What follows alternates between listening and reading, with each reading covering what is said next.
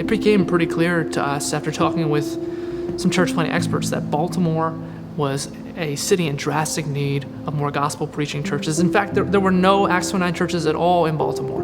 It just kind of exemplifies the state of Baltimore City, a broken place that needs the gospel. I mean, what's the first thing that you think of when you think of Baltimore? Most people say crime. Most people say murder, gangs, The Wire. I mean, there's literally been there was a homicide probably 15 feet from my house, like 6 months after I moved here. It's everywhere. Crime, poverty, racism. No one wants to, like, there aren't many people who are like, I'm gonna move to Baltimore City to start a life here and raise my kids here. And I just thought, is there anything more like the gospel of Jesus Christ than to go to a place that no one's really saying, I'm gonna live my life here, to bring the greatest news in the world to?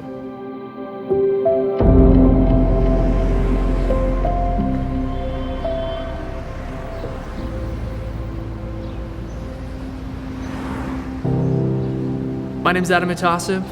I grew up following the 5 pillars of Islam, working my way to try and get into heaven, but I found Islam to be crushing, and then I heard the gospel, the work of Christ, to give me free grace on his behalf, not on my own, and it changed my life forever.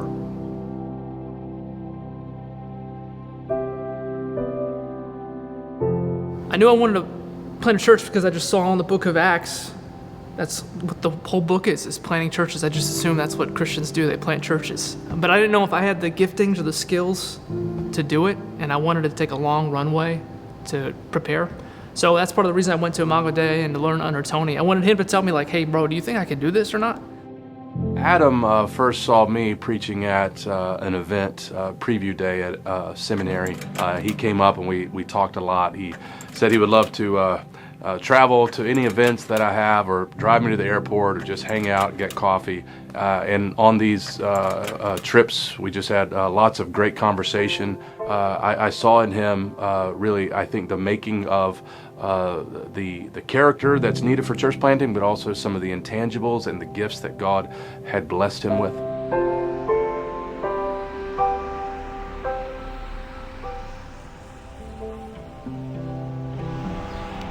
Cities are packed with people, and God loves cities because cities have people. So we need church plants in rural areas, suburbs, everywhere, right? But strategically, if we want to reach the most lost people, it makes sense to go to the cities, especially since the churches seemingly abandon cities. A lot of churches are flocking away from cities, and a lot of our church buildings, especially in the city of Baltimore, are becoming apartment buildings, bars, yoga studios, things like that. So why is it the place that's becoming most secularized, most distant from God, is the church seemingly leaving as opposed to coming into?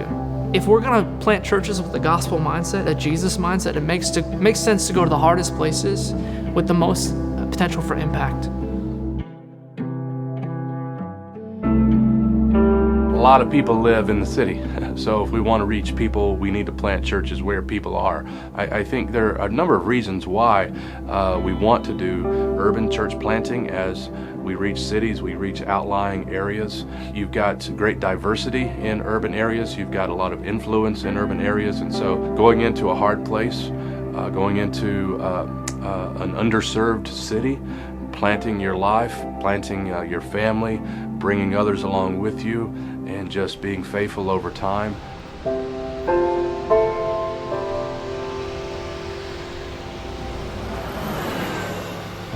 So our church plant has had to learn to embrace the transience, the cyclical nature of Baltimore. People are here for about 3 years and they leave. More people left the city of Baltimore during the pandemic than any other city in the United States. People aren't really here to stay, so it's really hard to grow a church when someone's only here for 3 years. So we've had to have a posture of like, okay, we got people here for 3 years. Let's disciple them, lead them to Jesus, and train them up to be leaders in the next church they're a part of. And by God's grace, over the last 3.5 years, we've taken some folks you would never imagine, and now they're leaders in the church. We have a guy who's preparing to plant in Japan who never would have considered ministry before he came to our church. I mean, the most revolutionary thing we can do is to be a church that exists for the next 100 years, that keeps preaching the Bible and the gospel. That's a win. And that just sadly has not happened in Baltimore City very often, a long-standing church. that's a missions-minded sending church. And so our prayer and our hope is that for the next 100 years, you'd be able to see Redemption City Church preaching the gospel in the Bible and sending out missionaries far beyond my life.